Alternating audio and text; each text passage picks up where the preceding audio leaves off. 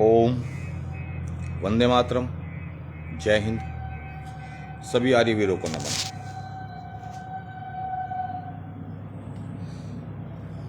मैं असमंजस में हूं इस बात को लेकर कि या तो मैं अपनी बात सही तरीके से आप तक पहुंचा नहीं पा रहा हूं, या फिर हो सकता है कि मेरी वाणी में कहीं ना कहीं कोई त्रुटि है जो आप सही तरीके से मेरी बात को समझ नहीं पा रहे हैं।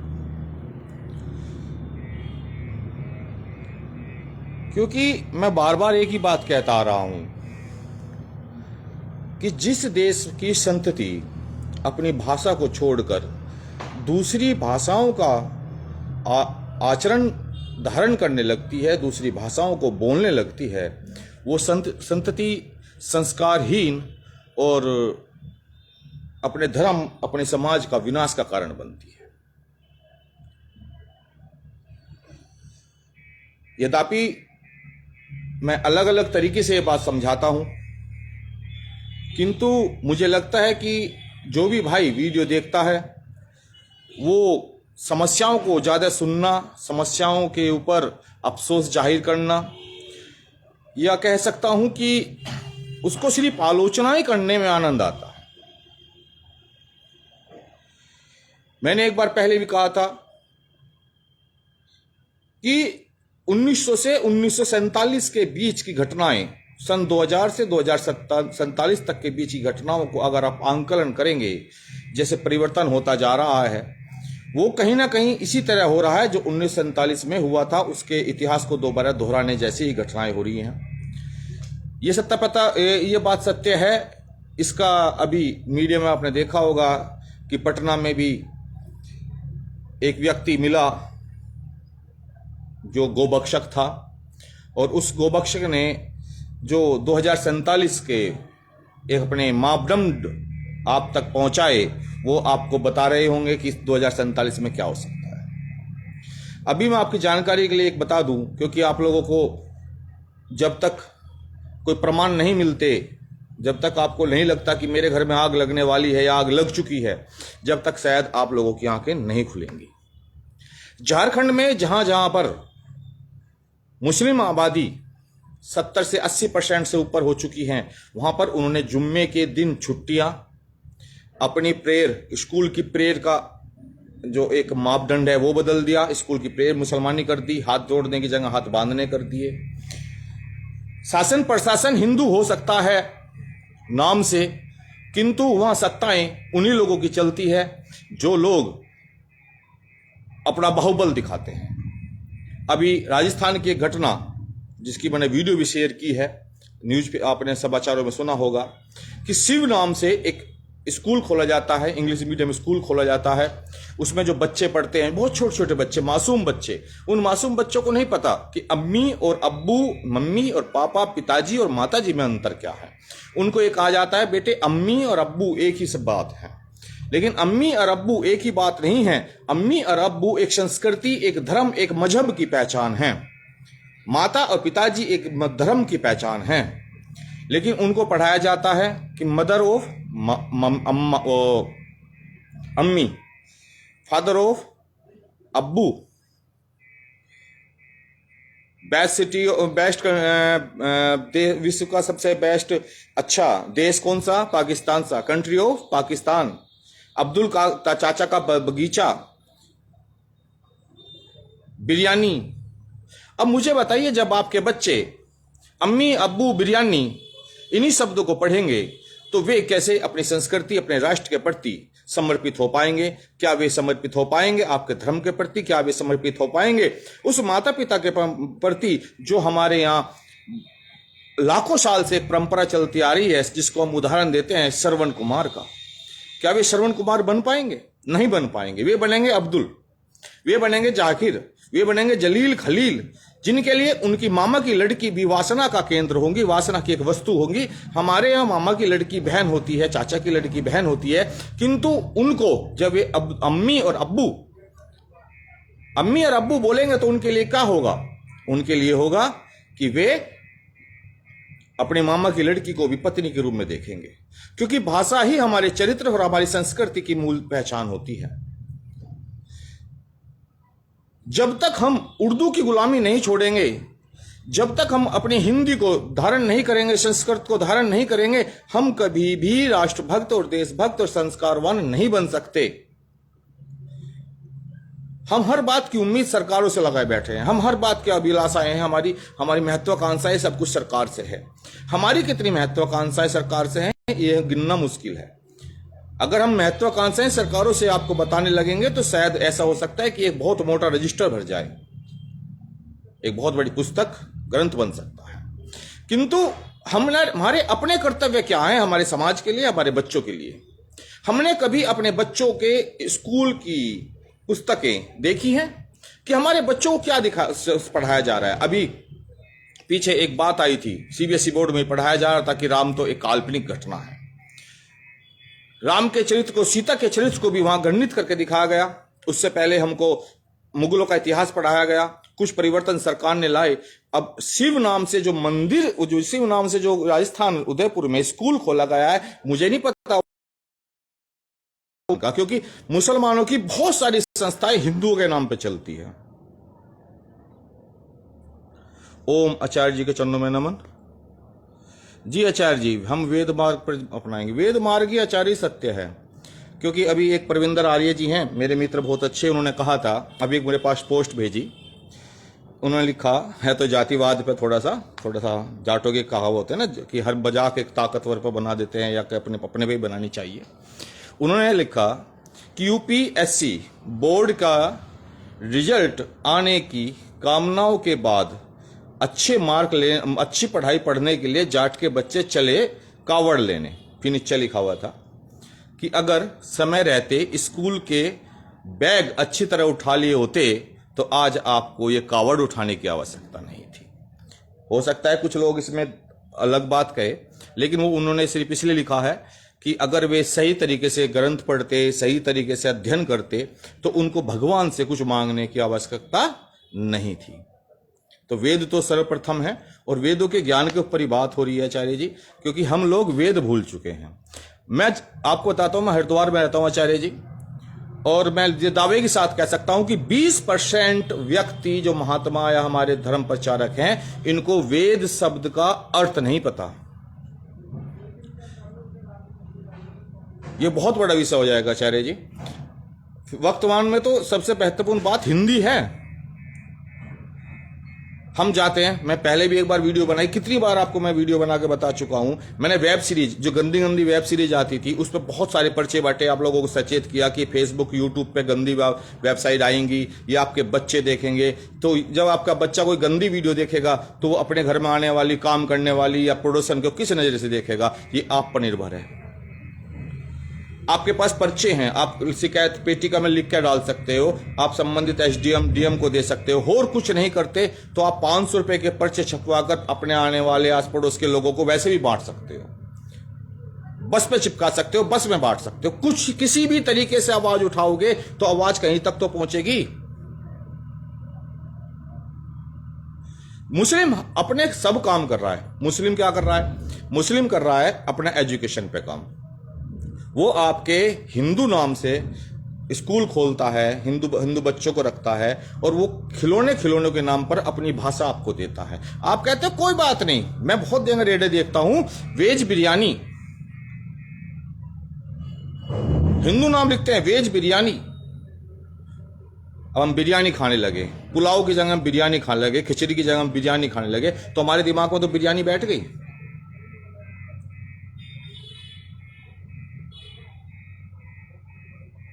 हम जब तक अपनी भाषा ग्रहण नहीं करेंगे, जब तक हम अपने कर्तव्य का निर्वाह स्वयं ये सोच कर नहीं करेंगे कि ये बच्चे मैंने जन्म दिया है, इन बच्चों का भविष्य मेरे ऊपर निर्भर है, इन बच्चों का भविष्य मैं देखूंगा। सरकारों के ऊपर आपने बच्चे पैदा नहीं कर रखे,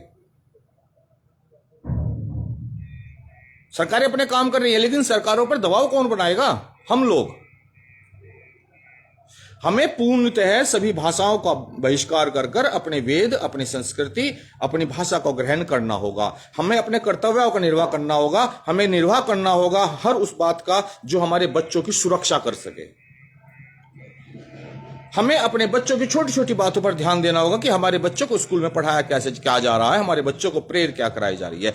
आप अपनी मेहनत की कमाई का एक एक पैसा जोड़कर स्कूल को 15,000, 10,000, 20,000 रुपए 6 महीने के देते हैं। वो इसलिए नहीं देते कि आपके बच्चों को संस्कारहीन बना दिया जाए, आपके बच्चों को सेकुलरता के नाम पर चरित्रहीन बना दिया जाए। अपना कर्तव्य स्वयं निर्वाह करें, वरना कोई शिव नाम से स्कूल खोलकर आपको अम्मी अब्बू कहना शुरू कर देगा और आप कहेगा बच्चा है बेटा है एक ही बात है। यही कल को बच्चा और बेटा आपके मामा की लड़की, चाचा की लड़की, फूफी की लड़की पर सेक्स करेगा, जब क्या करोगे? क्योंकि मानसिकता भाषा से होती है और भाषा मनुष्य के चरित्र का निर्माण करती है। 1975 में इंदिरा गांधी ने हिंदी को राष्ट्र भाषा के रूप में नहीं पूरे विश्व में सम्मान दिलाने के रूप में एक कार्य करना शुरू किया था। बाद में सभी सरकारों ने हिंदी को राष्ट्र भाषा घोषित करने का प्रयत्न करती रही और किया भी है, लेकिन उस भाषा को हमने कितना राष्ट्र माना है, हमने कितना चरित्र में धारण किया है? हमें तो सीबीएसई बोर्ड में अपने बच्चों को पढ़ाना है, मुसलमान या अंग्रेज बनाना है, ईसाई या अंग्रेज बनाना है, और फिर कहना कि दुनिया बड़ी बिगड़ गई है, समाज बड़ा बिगड़ गया है, हमारी बेटा ऐसा हो गया, हमारी बेटी ऐसी हो गई है। अगर आपको शादी से पहले नाना दादा बनना है तो आप अपने बच्चों को उर्दू और इंग्लिश मीडियम की पढ़ाई, ईसाइयों की पढ़ाई पढ़ाइए। अगर आपको सरवन चाहिए, आपको अपने घर में सीता चाहिए, अगर आपको अपने घर में ऐसी बहन बेटी चाहिए, ऐसा भाई बंदा चाहिए जो आपके चरणों का स्पर्श करके घर से निकले, तो आपको संस्कृत, वेद और हिंदी पर ध्यान देना होगा। कहीं रेलवे स्टेशन पर अगर उर्दू लिखा मिलता है तो आप समझ लीजिए कि मुगलों की गुलामी आपके सिर पर आज भी टिक्का लगाए बैठी है, आपकी मोहर लगी हुई है। जहां आप देखिए मुसलमानों की जितनी भी शादियां होती हैं उनके कार्ड छपते हैं उर्दू और अंग्रेजी में छपवाते हैं, कोई हिंदी में नहीं छपवाता।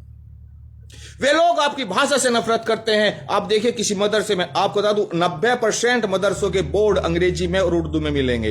इनकी 90% शादियों के कार्ड अनपढ़ आदमी है लेकिन उर्दू में और अंग्रेजी में छपवाएगा, हिंदी में नहीं छपवाएगा। मैं खुद सूजरू गांव में रहा करता था, मैंने देखा है। जो विद्वान, जो अच्छे बच्चे हैं, जो अपने आप को मुसलमान जो अपने आप को कहते हैं कि हम सभी के लिए हैं, वे हिंदी में भी छपवाते हैं, लेकिन वे कितनी, उनकी संख्या 5 या 7% है। वे आपकी भाषा से नफरत करते हैं, अपनी भाषा, अपनी संस्कृति को आपको देना चाहते हैं और आप ग्रहण कर रहे हैं। तो वो दिन दूर नहीं 2047 का, जिस दिन आपको उनका धर्म, उनका मजहब भी ग्रहण करना होगा और आपको गाय खानी होगी, अन्यथा आपकी गर्दन कट जाएगी। तो मेरे आर्य वीरों, जागृत हो जाओ, जागो और अपने कर्तव्य का निर्वाह करो। वेद ज्ञान पर दोबारा वापसी आओ और अपनी भाषा को ग्रहण करो। अपने बच्चों की पढ़ाई पर ध्यान दो, अपने बच्चों की पुस्तकों पर ध्यान दो और विरोध करो, जैसे भी कर सकते हो विरोध करो, पर्चे छपवाओ। आप अपनी भाषा को देखो, एक विधान एक आवाज होना बड़ा आवश्यक है। मैं बार बार कहता हूं, ये जो बंटवारे, ये जो रबड़ी बच रही हैं अल्पसंख्यक समुदाय के नाम पर 50-50 हजार करोड़ रुपए, लाख करोड़ रुपए जो छात्रवृत्ति दी जाती हैं मुसलमान की लड़कियों को, ये सबको देनी चाहिए। क्या लड़कियां मुसलमानों की हैं? क्या पढ़ने वाले सिर्फ अल्पसंख्यक समुदाय के बच्चे हैं? हिंदुओं में गरीब बच्चे नहीं होते? संबंधित कोर्ट में आपके जानने वाले वकील हैं। जीतोगे हारोगे इससे कोई मतलब नहीं, ये कुरुक्षेत्र है। इस कुरुक्षेत्र में जीत या हार हमारे हाथ में नहीं है, लेकिन युद्ध करना हमारे हाथ में है। क्या होगा क्या नहीं होगा इस बात को भूल जाइए, बस आवाज उठाइए और युद्ध करिए।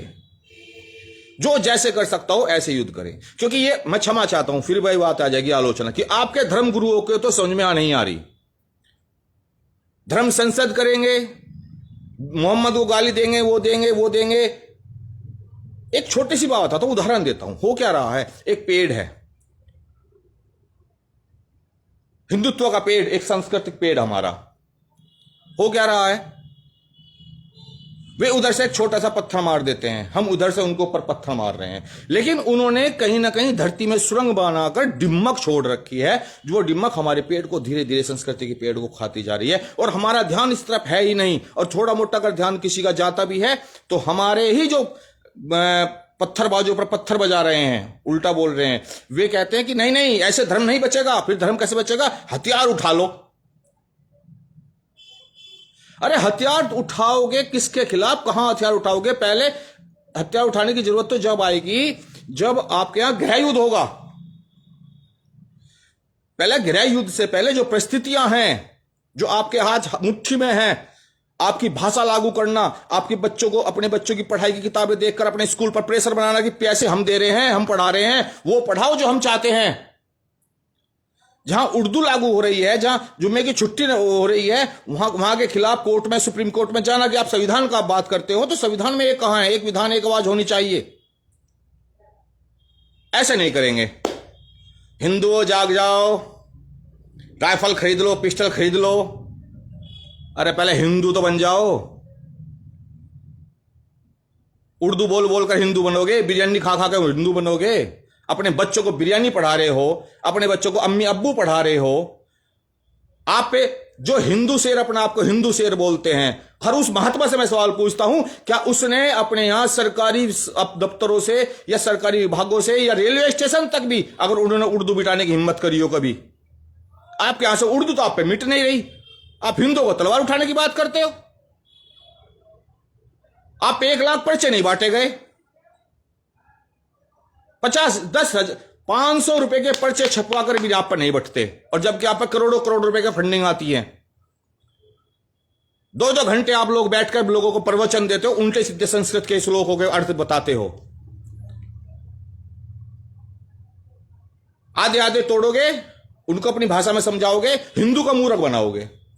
अरे वेद मंत्रों की व्याख्या, शास्त्रों की व्याख्या करने के लिए हमारे पास आचार्य बहुत हैं। आचार्य सोमदेव जी हैं, आचार्य सत्यजीत जी हैं, ऐसे लाखों आचार्य हैं। अगर आप पे नहीं आता तो कह दो उनके भैया उनकी वीडियो में देख लो, हम तो सिर्फ इतना ही बता सकते हैं। लेकिन नहीं, धर्म गुरु भी मुझे ही बनना है, शास्त्र गुरु भी मुझे ही बनना है, अपने बच्चों को गाड़ी भी मुझे ही दिलानी है, अपने लिए जो कि करना है करी मुझे खरीदना है। क्यों खरीदना है? क्योंकि हिंदू को मुझे बताना है कि तू डरा हुआ है। भाजपा हो या धर्मगुरु हो या हिंदू, आपका ये जितने भी हिंदूवादी बने घूम रहे हैं, ये सिर्फ हिंदुओं को डरा रहे हैं, समाधान नहीं बता रहे। हथियार नहीं चलाने की जरूरत, हाथ जोड़ता हूं, जरूरत है वर्तमान में आवाज उठाने की, कानूनी रूप से आवाज उठाने की, सरकारों को यह बताने की इसकी जरूरत नहीं है हमें। आंदोलन मत करो, कोई जरूरत नहीं आपको आंदोलन करने की, लेकिन आपके घर में पेंसिल और कागज है और 1 रुपया भी है, चिट्ठियां लिख लिख के भेज दो। डाक है आपके देश में प्रभु, आपके देश में आज भी डाक चलती है, डाकखाने हैं। इतना कष्ट कर लो, रात को बैठ के 1 मिनट सोचो और सोचने के बाद में चिट्ठी लिखो।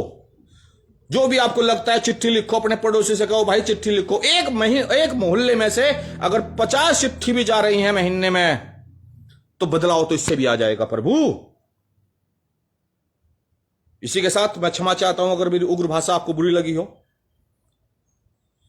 सोच लीजिए, देश आपका है, राष्ट्र आपका है, बच्चे आपके हैं, क्योंकि हमारे बच्चे हैं, हमारा देश है, हम प्रयत्न कर रहे हैं लड़ने का, पर हमारे बच्चे है नहीं है।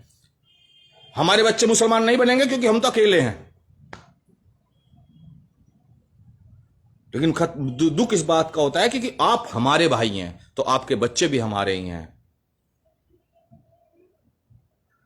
ये बस दुख है। जिस दिन आपको अपना मानना छोड़ देंगे, दुख खत्म होना बंद हो जाएगा। पर क्या करें, जुड़े हुए हैं। आपका वो वाली बात है, गृहस्थियों का दिया हुआ खाते हैं, आपका दिया हुआ खाते हैं, आपका दिया हुआ अन्न खाते हैं। तो आपको सचेत करने के लिए कीड़ा जोर मारता है, क्योंकि हम आपके बंधे हुए भाई हैं। समाज हमें खाना दे रहा है, इसलिए नहीं दे रहा कि हम खा पी के पढ़ के सो जाएं, इसलिए दे रहा है कि हम समाज में घूमें, चिंतन करें और आपको सच जगाएं। उठ जाओ उठ जाओ उठ जाओ भाई, ऐसा कर लो।